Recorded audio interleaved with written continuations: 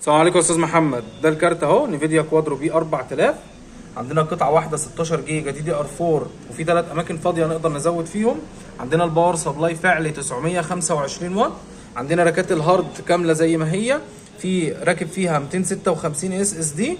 طبعا دي حاله الجهاز اهي ما شاء الله، يعني حالته محترمه جدا جدا جدا. دي حاله الجهاز من قدام ما شاء الله ما فيهوش الهواء.